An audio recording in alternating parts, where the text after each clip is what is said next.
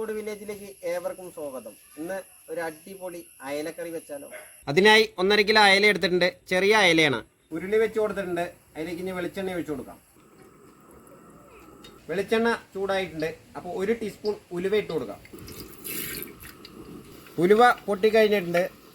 4 സബോള കട്ട് ചെയ്ത് ഇട്ട് കൊടുക്കാം. സബോള നല്ലപോലെ ഒന്ന് വാടണം. ഇതിൽ ഇഞ്ചി വെളുത്തുള്ളി ഒന്നും ഇടുന്നില്ല, സിമ്പിളായിട്ട് വെക്കുന്നതാണ്. ബർണർ ഓഫ് ചെയ്തിട്ടുണ്ട്. ഈ പരുവത്താണ് കിട്ടേണ്ടത് സബോള.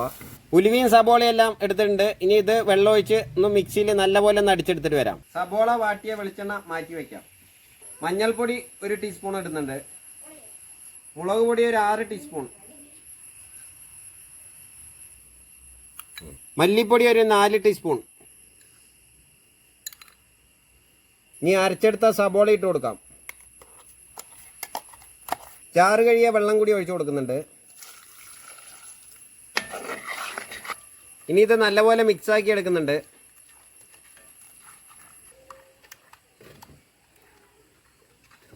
കൊടംപുളി വെള്ളത്തിട്ട് വെച്ചിട്ടുണ്ടായി, അത് ഇതിലേക്ക് ഇട്ട് കൊടുക്കാം.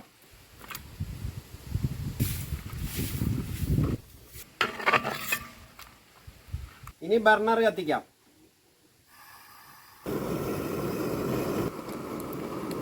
ചെറുതായി ചൂടായിട്ടുണ്ട്. ഇതിലേക്ക് ഇനി തേങ്ങാപ്പാൽ ഒഴിച്ചു കൊടുക്കാം. തേങ്ങാപ്പാലിലാണ് വെക്കുന്നത്. 3 നാളികേരത്തിൻ്റെ പാലാണ് എടുത്തിരിക്കുന്നത്.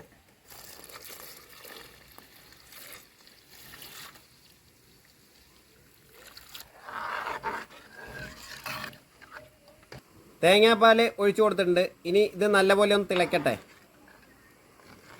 10 പച്ചമുളക് കട്ട് ചെയ്ത് വെച്ചിട്ടുണ്ട്. അതൊന്ന് ഇതിലേക്ക് ഇട്ട് കൊടുക്കാം.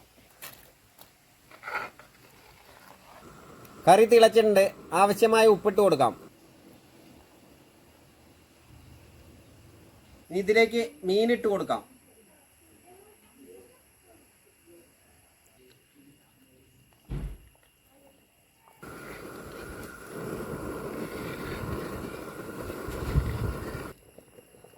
അങ്ങനെ കറി തിളച്ചിട്ടുണ്ട്.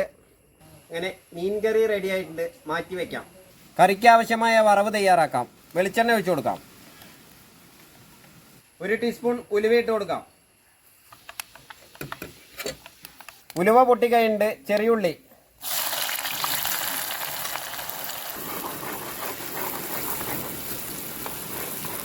ചെറിയുള്ളി നല്ല പോലെ ഒന്ന് മൂത്ത് വരണം.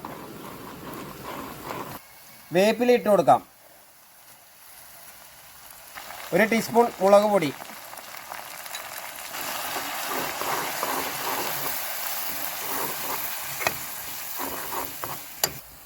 കറിയിലേക്ക് ഒഴിച്ചു കൊടുക്കാം. അങ്ങനെ അടിപൊളി അയലക്കറി റെഡി ആയിട്ടുണ്ട്.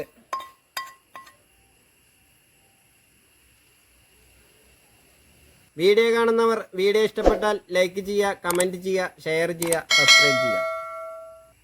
അപ്പോൾ അടുത്ത വീഡിയോയിൽ കാണുന്നവരെ ബായ്.